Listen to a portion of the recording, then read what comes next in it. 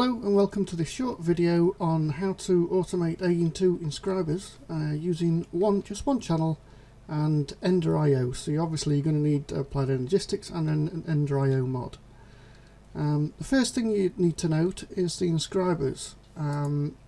You've basically got a top, middle and a bottom slot, and the input for the top through the top is the top slot, input through the middle is the middle slot, and then input from the bottom is the bottom slot, and then you can output on any side. The other thing to note is you can rotate the inscribers by right clicking using a wrench, and you can rotate them all the way around, back to front, side to side, and this also works with the AE2 wrench from EnderIO. This allows you to position the inscribers anywhere you want, and you can even have the cables into the floor, whichever. Okay, so that's just to note that. We'll just get rid of that. I'm going to use the AE2 wrench. Right, firstly this is a brief overview of what we're going to be doing over that side over there. So if you're happy after I've shown you with a brief overview, you can go ahead and do it. If not, stay tuned and we'll build it over the other side. First to note, these four inscribers here are on the side. As you can see there, the press, which is normally in the top, is in the side. So I've actually rotated these four around. So these joins here are actually going into the side, even though they look like they're going on the top, because the top is this side here. And this last inscriber is the right way up. So that's the top, that's the side, and that's the bottom. And the other thing to note is, as you can see here with, I don't know if you know or not, but with EnderIO you can have multiple conduits running down the same block. Just so it's easy to show you, I've put the item conduits separate to the power conduits, just so it's easier to show you. But you could actually take these and put them down here, because this is still the side on these here. So just to show you. Okay, so first of all, with the four presses, all you need to do is set the mode on the item conduit to in-out. Okay, put a basic item filter in. Oh, while I'm on this here is new to this version of EnderIO. Okay, so you might not have that on your version. This is a new thing. You can ignore it. You don't need that to do this. Okay, so this is the basic item filter, and for this particular inscriber we have the silicon press in. So all we're going to insert in here is silicon, and for extract it's all as normal apart from the redstone mode, as you know, is set that to always active. Okay, so whichever press you've got in here, so for this one we've got the calculation press, so we allow the insert of pure Certus quartz crystals, and then for the engineering press we allow the insertion of diamonds, and then the last one is the logic press, which is obviously the gold ingot. So that's all you do, is set these to basic item filter, whichever material belongs with the press that you've got inside, and then set extract mode to always active. And then for the last press, which makes the final product, you obviously don't have anything kept inside. In the top slot you insert the circuit which you make in the other three. In the side one you insert redstone, which is for the middle slot, and then for the bottom one you insert the printed silicon, which we make in the last press, last inscriber over there, sorry. So silicon in the bottom, redstone in the side, and whichever printed circuit that you're going to put in there in the top. Again, using basic item filters, you don't need anything there. Now you probably notice on this here the output arrow is blue, so on the output, the extract, you're going to extract the finished product, change the channel to blue, and obviously the redstone mode always active, and then I'll show you this in a bit, but if you set the input back into the AE system as channel blue, then the finished product comes out, ignores that one, and then goes back into here. Now I can show you in actual use. If we take a silicon, put it in there, disappears, goes into the silicon press, and as you can see there, it gets stamped, and that should come back. Oh, it's actually gone into the AE system, hasn't it? Oh no, it hasn't.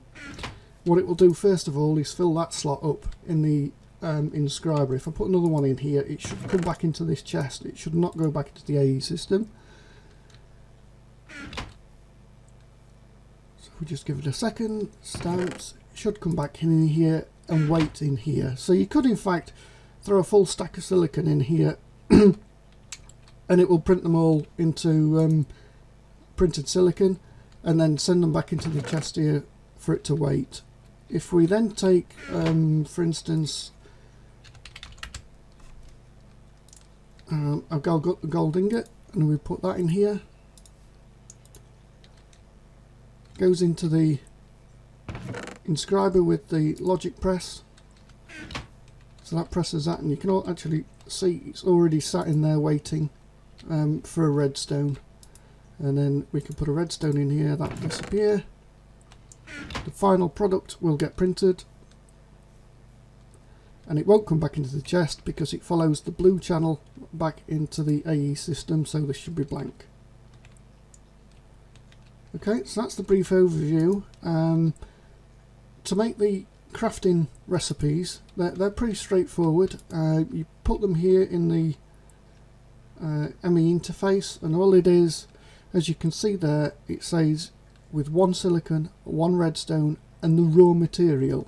So you don't put these in the recipe, you put the actual raw material that you want. So the engineering processor is 1 diamond, 1 silicon and 1 redstone. In fact, we can make this just to show you. If you just clear that, put in a blank pattern. So raw materials, obviously you need those 2 for every press, and then whichever material it is, and then you want a finished product here, so you can actually put that. Actually, I've put that in the wrong place, haven't I? That goes in there. So the finished product is the logic press, so stamp that. You put that recipe here, which is exactly the same as that one, okay, in the ME interface, and then when you request one through the AE system, we say craft 2, it sends 2 gold, 2 redstone, 2 silicon to craft 2 of the finished product. So we start that, all the stuff will get sent here. The first silicon and redstone, as you can see there, it's already stamped 1 press. So that's the finished product of 1, and then in goes the second one, and that's finished 2. Okay, and then they'll come back into the AE system, and there we have the 2 logic processors that we've created. Okay, pretty straightforward. It's not difficult to set up at all. So let's go ahead now. That was the overview, by the way. If you want to go ahead and do that, then go ahead. So let's put our. So we want 1 inscriber for each of the presses, and then 1 for our finished product, which we're going to need to get to the underneath too. So I'm going to lift that one up slightly. In fact, I'll just put these on this way, just here, so we can see what's going off. Okay, they'll need hooking up with power.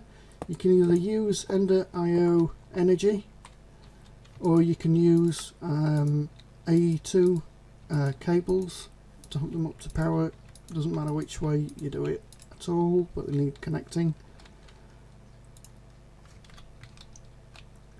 So the first thing to do is to put the 4 presses in. So we're going to use silicon at the back, and then we're going to use the engineering press, which is the diamond, calculation press, which is the quartz, and then the logic press, which is gold. So you put those in already. You don't insert those or extract them at all, they just sit in there. Should work from the front, this. So you want a connection all the way down. Again, you could turn them on the side, or you could run the power conduits along with the input-output item conduits. It doesn't really matter. I'm going to bring this over to this chest here, which is already sat there waiting. This is going to get in the way. Okay, so that's connected to that. This one is set to, they're pretty much all set to input-output. Okay, so input-output, don't forget extract mode needs to be active without signal or always active, otherwise it'll just sit there and do nothing. And each one of these on here you set to input-output 2. Again, make sure the output is always active.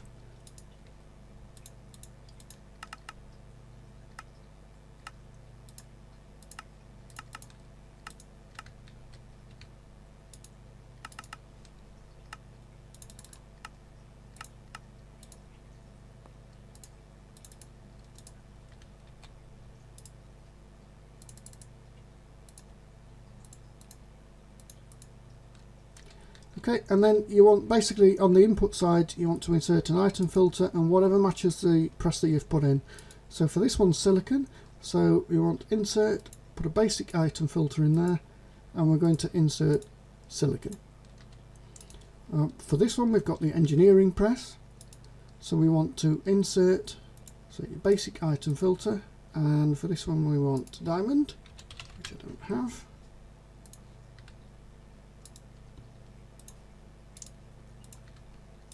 For this one, we've got the calculation press, which is the quartz crystal, the pure Certus quartz crystal,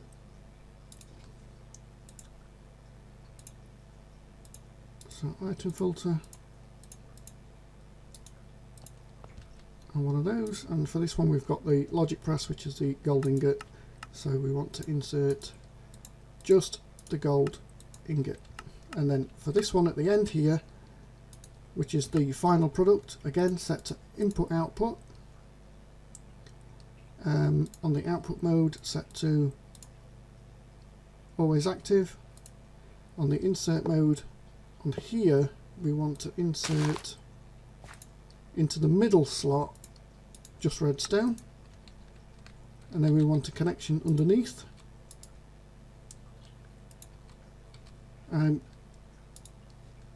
which is just insert, because we've got no extraction here. And on the underneath one we want to insert printed silicon, so silicon goes in the last slot. And then on the top we want to just insert again, and for here we want either any of the three intermediate ones, not the finished item, but the ones that you make from the other presses. And then to set it up like that over there, you want another connection into the ME interface here, which is just an input insert. You don't need a filter on here. What you need to do is to change the channel color to something else, and then on this inscriber here that creates the finished product, the extract wants to go to whatever color you choose, and then that will go in there. So all the other stuff will come back into this chest and wait there, so it's ready. Okay, and that should be it. To test this, all we've got to do, we can insert one redstone, one silicon. So the silicon should go into the silicon press. There it is, and get made, which it just did. Because it's the first one, it should come back and sit in here. Yep, so it's sat in there now waiting. and then if we put in here a gold ingot, goes into the, that's that one, isn't it, the logic press, gets made, that will come back, go into here to make the finished product, and then that finished product leaves there, should go into the ME interface, so that just should be empty. Yep. And then we had 2 in already that we made with the recipe, so we've now got 3, and it's as simple as that.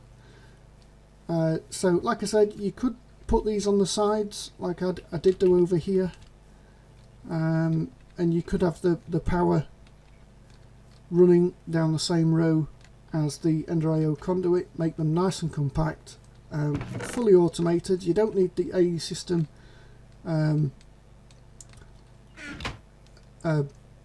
crafting setup to start with. You can just feed the stuff in here, you can put in as many as you want. It will go ahead and make them simultaneously, so it's making the silicon, it's making the gold things, it's making the finished item, so you can just leave it crafting away, no problem at all, and it's as simple as that. And like I said, with your recipes, when you're making your recipes, just use the raw products. So to change it to the gold one, you just put a gold in there, and obviously change that to, no, not that, the final product. So when you're requesting it from the AE system, you can use the final product, and then that has the knock-on effect, of course, then when you want to craft something using these, for instance, the, where are they, what am I looking for? Oh. Not that, there's the, so for instance, when you're making the recipes, say for the crafting terminal or the ME terminal itself, or these things even, you can use the end product along with the other parts of the recipe, and the AE system will just send them to the relevant press. And as you can see there, they're counting down and our logic processors are going up. And that's it. It's as simple as that. It's not difficult. You just need a bit of resources to make the EnderIO conduits. The alloy smelter is just basically all you need. And then a bit of power, but you could power them through the AE system if you wanted as well, using Fluix cable.